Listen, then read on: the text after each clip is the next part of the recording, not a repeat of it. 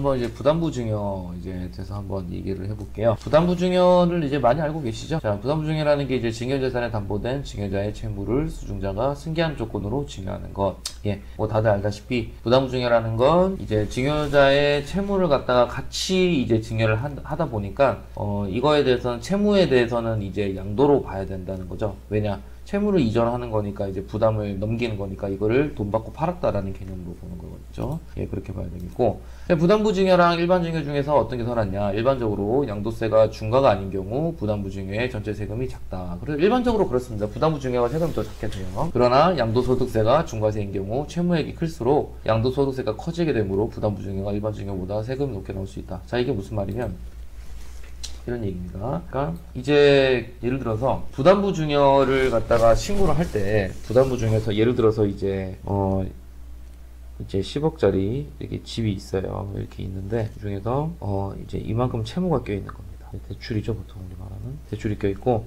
이만큼이 이제 그냥 일반 이제 채무 외니까 이제 자산이라고 이제 우리 보통 이제 회계는 자본이라 표현하는데 자본이라는 표현은 좀 여기서 좀 상황이 안 맞아서 순자산이라고 해볼까요?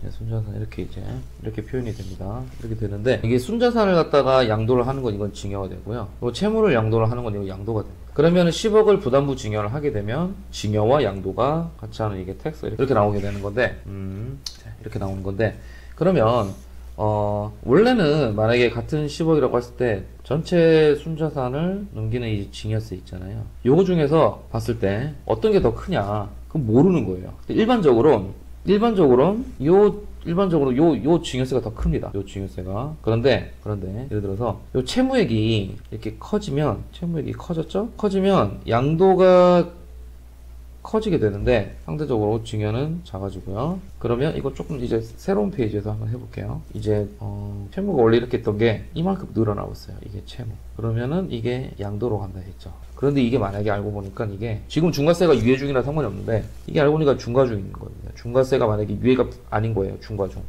그럼 양도세가 이렇게 늘어났던 게 이렇게 더 늘어나겠죠. 이런 식으로 바뀌겠죠. 그죠? 그러니까 꼭 부담부 이런 상황이 됐을 땐 이제 일반 증여가 더 세금이 더 낮게 나올 수도 있다. 이런 얘기입니다. 이런 얘기고요. 그래서 양도소득세가 중과세인 경우 채무액이 클수록 양도소득세가 커지게 되므로 부담부증여, 일반증여보다 세금이 높게 나올 수도 있다. 이게 이 뜻이에요. 그러면 부담부증여와 일반증여 중에선 부담부증여가 가장 이로운 순간은 1주택자가 부담부증여를 하였을 때이다. 이때는 양도소득세가 비과세 적용받을 수 있으므로 납부의 세금이 굉장히 작아진다.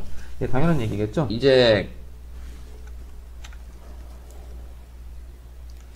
예를 들어 아까 똑같이 이렇게 있는 상황에서 여기서 요게 이제 순자산이고 요거는 이제 증여고 요게 이제 채무다 보니까 요게 이제 양도로 됐죠. 근데 이게 보니까 1세대 1주택인 거예요. 그럼 양도세가 비과세가 되겠죠.